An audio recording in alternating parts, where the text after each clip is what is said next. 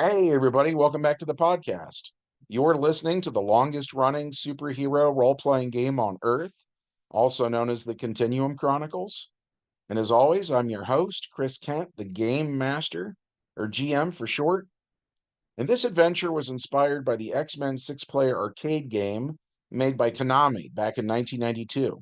If you haven't checked out our earlier videos in this series, the links are below. Check those out first, otherwise this won't make much sense. That said, let's dive into this adventure. Previously, on X-Men, Magneto kidnapped Kitty and Professor X and took them to Island M. The X-Men went there, fought countless villains, and saved Kitty. The X-Men thought they rescued the professor, but it turned out to be Mystique, who led them into a trap. The floor gave way beneath them, and the X-Men once again find themselves in the bowels of Island M. So now we get into the main plot of today's adventure. As soon as the X-Men fall into Mystique's trap, the assimilated island seems to come alive as rocks raise up, revealing hidden weapon systems. Lasers turn on, trying to fence the heroes in. Cyclops, Dazzler, and Storm blast the weapon pods as Wolverine and Colossus disarm the lasers. Nightcrawler teleports further down the path, past all these traps, and he is ambushed by 4 Sentinels with a white and silver paint job. The other heroes follow and find themselves caught in a bottleneck as the land narrows and they are forced to take a natural bridge made of stone across a great chasm. Below them is lava, and the volcanic fumes rising up make the heroes dizzy. To complicate matters even more, the weapons pods spring up and attack the X-Men with flamethrowers. The Sentinels are unbothered by such things and keep marching towards the mutant heroes. More Hulkbuster Sentinels show up firing rockets at the bridge. Nightcrawler teleports to the Sentinels, grabs them, and then teleports with them over the lava, releasing the robots. Then Nightcrawler teleports back to where he started. Cyclops takes out the last weapons pod, and the X-Men make it to the other side of the dangerous bridge.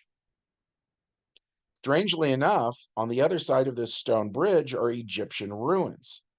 Dazzler asks why there would be Egyptian ruins underneath a tropical island, and Storm points out that there are Egyptian ruins in the Grand Canyon too. It's a mystery.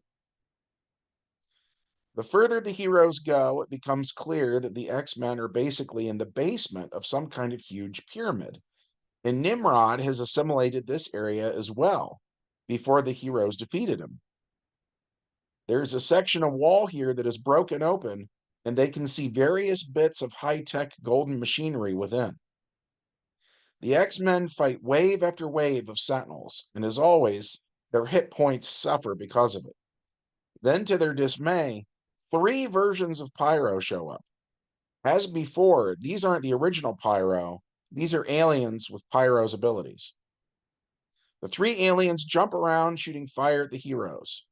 These guys don't have as many hit points as the first Pyro that the heroes fought at the Sentinel factory in New York, though, so beating them isn't as hard as it first seemed.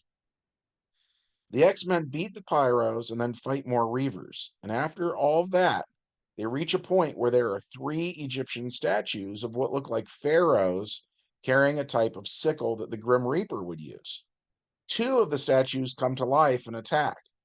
The X-Men can't tell if these things are aliens or what, and at the end of the day, it doesn't matter. The team splits in half. 3 of them fight the green one while the other 3 fight the purple one. And in the end, these robotic pharaohs take enough damage that they self-destruct, spraying shrapnel at the heroes. Even in death, they still try to take the X-Men out with them. Once those 2 robots are destroyed, the one in the middle attacks. It's wearing orange, and it's also carrying a sickle. Unlike the lesser 2 robots, though, this one has heat vision.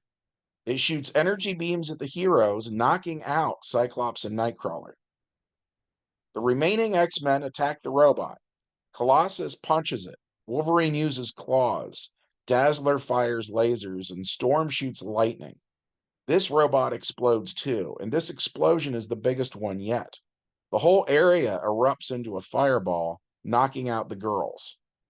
As before, Colossus's body of metal protects him, and though Wolverine takes damage at first, he heals it back right away. They enter the next chamber of the pyramid, and it's a sort of launch pad.